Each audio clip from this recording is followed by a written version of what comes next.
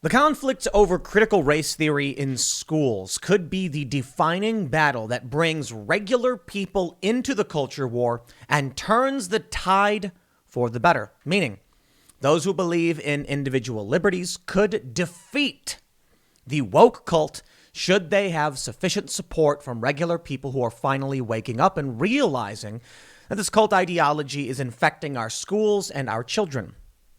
There's a problem, however. A lot of these politicians have no idea what they're talking about and no idea what their constituents want. And it's probably due to clever tactics on the left. They constantly change the terms they use. Things are redefined. It makes it very hard to pinpoint. And now we have this story. Bill would ban critical race theory in schools. Sure. But the bill would do much more than that. This bill in Pennsylvania goes way too far and may in fact be a Trojan horse for the woke.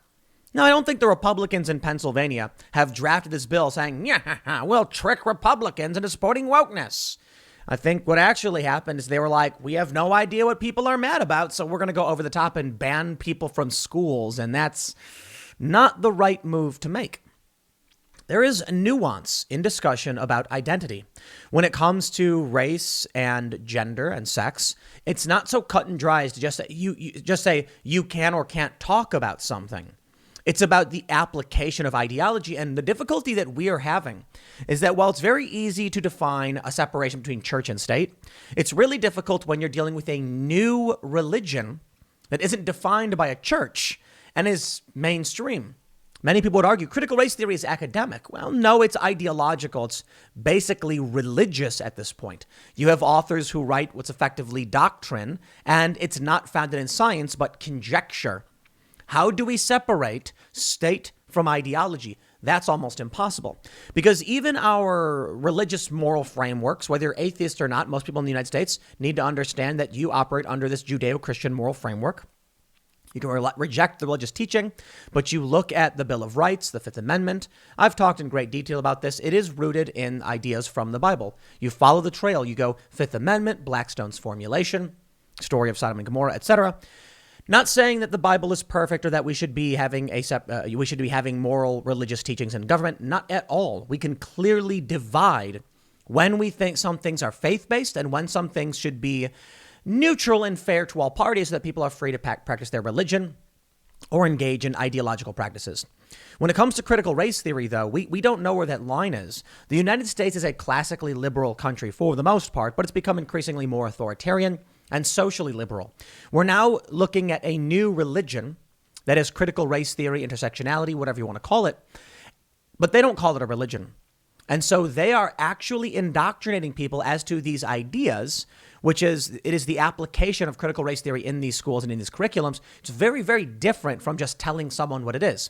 If in a public school they said, I'm going to tell you what Christians believe, that's fine. If they said, I want to tell you what Muslims believe, absolutely okay. If they said, I'm going to incorporate the teachings of the Prophet Muhammad into our math program, I'd say, okay, now this is where we have to draw that line. That's what they're doing. And that may make it easier to separate ideology from state, I suppose. Well, here's the story. It's actually from June 8th, so quite a bit ago. But the bill is going around now because people have actually started to take notice to some really bad ideas. And I'm going to break down why this bill is bad because it seems like some people are still trying to defend it. The Times Observer says several Republicans in the state House of Representatives are backing legislation to prohibit the teaching of critical race theory in Pennsylvania schools. House Bill 1532 would enact the Teaching Racial and Universal Equality Act to include in state law that no Pennsylvania school district, public post-secondary institution, or state or local government entity shall teach that any race or sex is superior to another, that any individual based on their race or sex is inherently racist or sexist, or that any individual should receive favorable treatment or be discriminated against based on their race or sex. This does not solve the problem. Even if you like these bills, what they are doing is they are incorporating the teachings of critical race theory into math and literature and science. So instead of saying, today we're going to learn about frogs and frog reproduction, they say, today we're going to learn about how the oppressive male frog subjects its females, blah, blah, blah. Then they'll say, we never taught critical race theory. Right. We understand what they're doing. This bill will not address that, but it's actually worse than that. They said the legislation is sponsored by Rep. Russ Diamond, a Republican from Lebanon, and Barbara Glaim, a Democrat from Cumberland. There are 11 Republican co-sponsors. Quote, the manner in which important concepts such as racial and gender equality are taught in our schools could not be more important in defining the type of society we have. Diamond and Gleam wrote in their legislative memorandum, teaching our children that they are inferior or inherently bad based on immutable characteristics, such as race and sex, can be extremely damaging to their emotional and mental well-being. Idaho, Oklahoma, and Tennessee have passed similar pieces of legislation in recent days, according to the AP. Well, at least 16 states are considering or have signed into law bills that would limit the teaching of certain ideas linked to critical race theory, which seeks to reframe the narrative of American history. Its proponents argue that federal law has preserved the unequal treatment of people on the basis of race, and that the country was founded on the theft of land and labor. There are instances in which good points are made by the left, and that's the Trojan horse by which they incorporate critical race theory. Like if someone were to say, Christopher Columbus discovered America. No, he didn't. He landed in the Bahamas. He thought he was going to India, and there were already people here. Certainly, the Native Americans discovered the land when they migrated across the Bering Strait, or whatever the idea is, right? Leif Erikson was here before him. And so I remember when I was growing up and I heard the story of Christopher Columbus, and I was taught that in school. And when I came home and told my mom, when she asked me what I learned in school, she said, well, Leif Erikson, he was here before Christopher Columbus. And actually, there were already people here. So they discovered America, didn't they? And I was like, oh, good point. It is from that. People start to say, hey, wait a minute. Maybe a European colonial framing of history is limited in teaching us a true understanding of world history and politics. And it is. And that's fine. The problem is then when you start to tear down statues of Thomas Jefferson because you're like, he was a racist. And it's like, hold on, dude. We're trying to protect history and teach history, not burn it to the ground. But that's, of course, what is born out of this critical race theory. From those very simple morsels of truth, you end up with ideas from CRT like whiteness is property. And it's like, what? No, that's stupid and that's absurd. You end up with intersectionality and critical white studies and all of these things born of critical race theory, which is rooted in critical theory, which is also related to critical gender theory, which brings me to where these bills go bad. These bills go bad. There are a lot of bad things about them. First and foremost, I do not believe it is appropriate to ban speakers from schools. If Robin DiAngelo is invited to speak at university, I believe that is the prerogative of the students and the school to decide whether or not it's appropriate, not a law. If somebody said, we want to have James Lindsay speak at this school, fine. If someone said, we want to have Ibram Kendi speak at this school, absolutely fine. I absolutely think so, 100%. We should not be banning people from expressing their viewpoints. In fact, this is how we actually challenge them, and I've long maintained this. Do not bar Robin DiAngelo. Open up the panel and let people hear what she has to say so she exposes herself. Now, will people agree with her? They will. That means the school should bring in other voices. So I'll tell you what I take issue with. You want to ban critical race theory, and you take issue with identitarianism.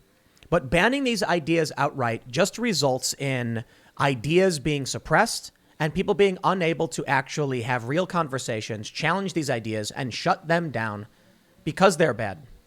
I want to show you the bill, actually. So we'll jump over to the actual House bill, number 1532. It says, providing for restrictions on racist and sexist concepts for contracts, for penalty, and for private cause of action. The General Assembly of the Commonwealth of Pennsylvania hereby enacts as follows. Section 1, short title. This act shall be known and may be cited as the Teaching Racial and Universal Equality Act. Section 2, definitions. This is where it gets important. The following words and phrases, when used in this act, shall have the meanings given to them in this section unless the context clearly indicates otherwise. Now they're going to go and mention contractor. I'm not going to read the definitions of like what a public post-secondary institution is. They say, well, I will actually. It's an institution that receives funding in any amount from the Commonwealth. Now, here's what gets important. Racist or sexist concept. Any of the following concepts. One race or sex is inherently superior to another race or sex. 2, an individual by virtue of race or sex is inherently racist, sexist, or oppressive, whether consciously or unconsciously. 3, an individual should be discriminated against or receive adverse treatment due to the individual's race or sex. 4, an individual should receive favorable treatment due to the individual's race or sex. 5, an individual or institution cannot or should not treat individuals without regard to race or sex. Now, this one's really funny. Leftists are like, oh, y'all just made a mistake. You're basically saying that, your own... hold on. An individual or institution cannot or should not treat individuals without regard to race or sex. What they're saying is the institutions that are judging people based on race or sex are wrong, and you should not be able to do that. An individual, it's teaching someone that idea, not implementing the idea. An individual's moral character is determined by the individual's race or sex. An individual, by virtue of the individual's race or sex, bears responsibility for actions committed in the past by members of the individual's race or sex. 8, meritocracy or merit-based systems are either racist or sexist. Yeah, that's just correct. I mean, meritocracy is not inherently racist or sexist.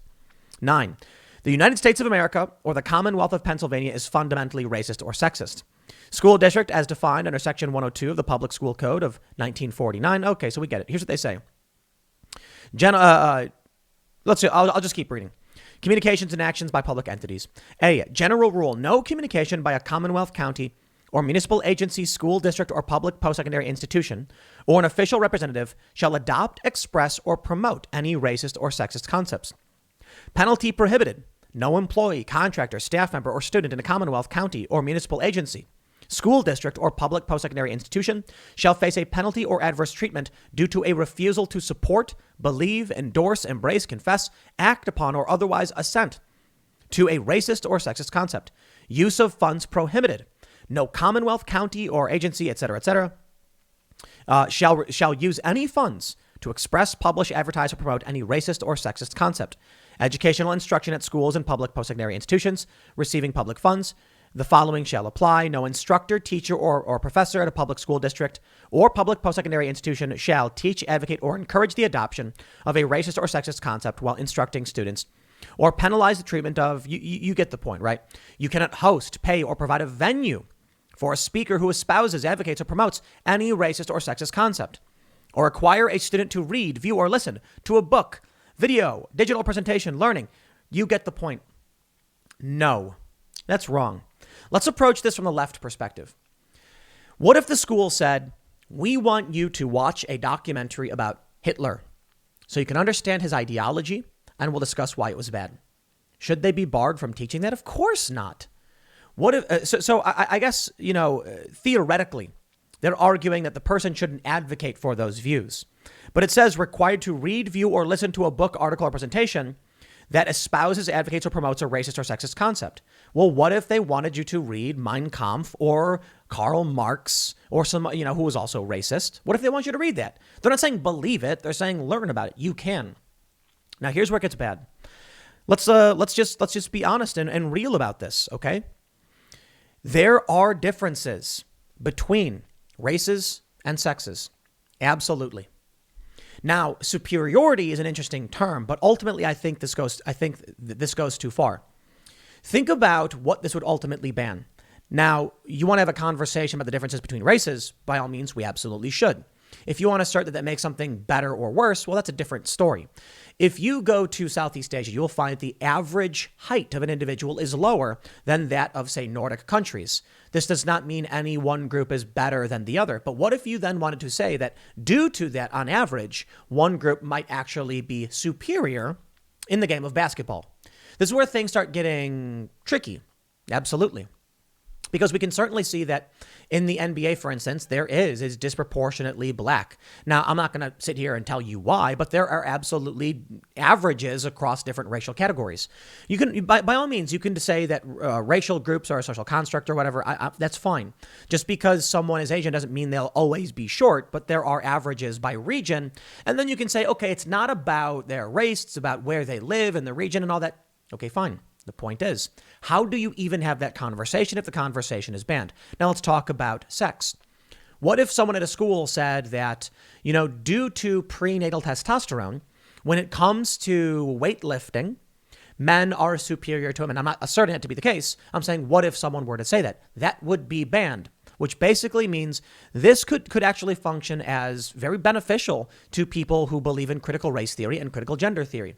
Now, there are some aspects of it that would make it a problem for the critical race theorists, but across the board, it's greatly beneficial to critical gender theorists. What if you said, due to the fact that women, what if you just said this? Women are absolutely superior to men when it comes to birthing children. I mean, it seems like an obvious statement, right? Men literally can't birth. But hold on. Trans men can.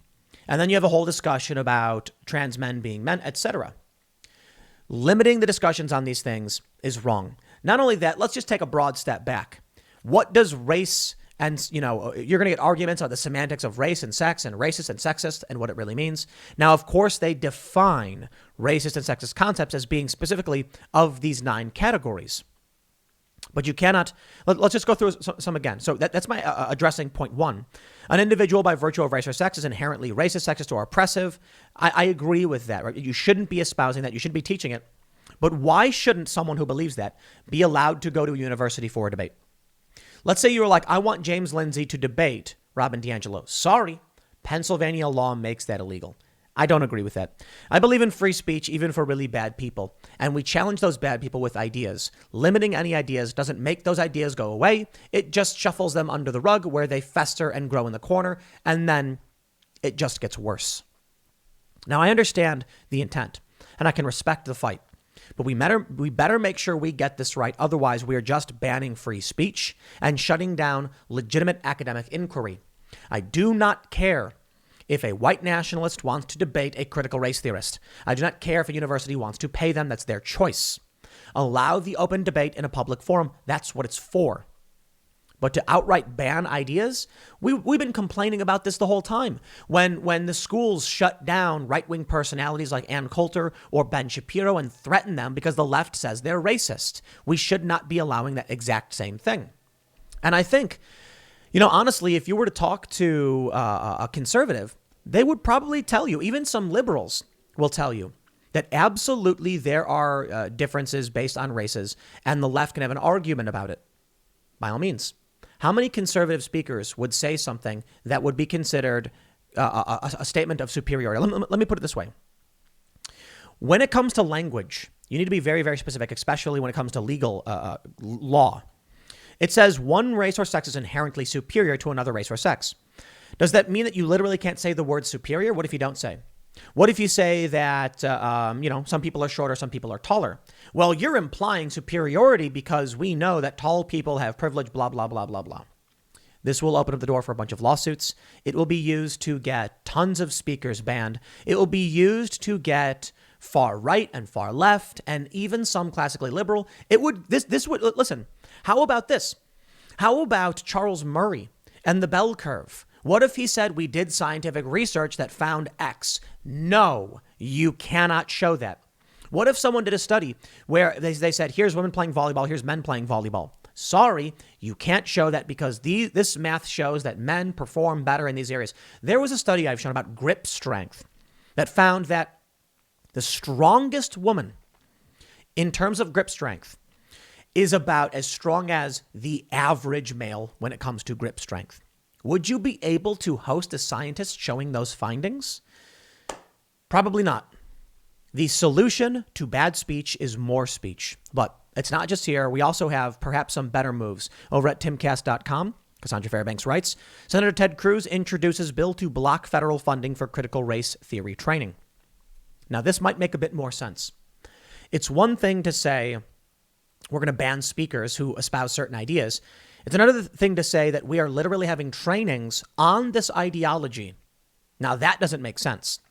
I would not want a white supremacist to be giving trainings on their ideology. I would not want a critical race theorist to do the same thing. That's just neither here nor there. No, we're not going to do that. Now, I don't know the full details of Ted Cruz's bill, however, but they say in a quote, the federal government has no right to force a political agenda onto Americans, especially one that aims to tear down our institutions and divide us based on race. Critical race theory originated out of the critical race studies movement. It is a Marxist ideology that sees the world as a battle not between the classes, as classical Marxism does, but between the races. This is inherently bigoted. On President Biden's first day in office, he rescinded the Trump administration's common sense executive order, ensuring no government funding goes to anti-American or racist and sexist trainings. That was good. The trainings that they were doing were like segregating people and saying, because you're a man, you're bad.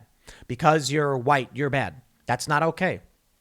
We got to be careful about how we do the language on these things. And perhaps even some of those bills we should review and make sure we're not restricting our ability to have legitimate conversations. This is a tough battle. It is. The left is now coming out claiming, see, the right was always opposed to free speech. There's a big difference between being allowed to say something and indoctrinating it, or kids, and applying it into the teachings. Nah. Second one, that's bad. But if a school wants to host any one of these speakers, they should be allowed to. That's it. And I think these bills, we got to make sure we keep an eye on them. But I'll leave it there. Next segment's coming up at 4 p.m. over at youtube.com/Timcast. Thanks for hanging out, and I will see you all then.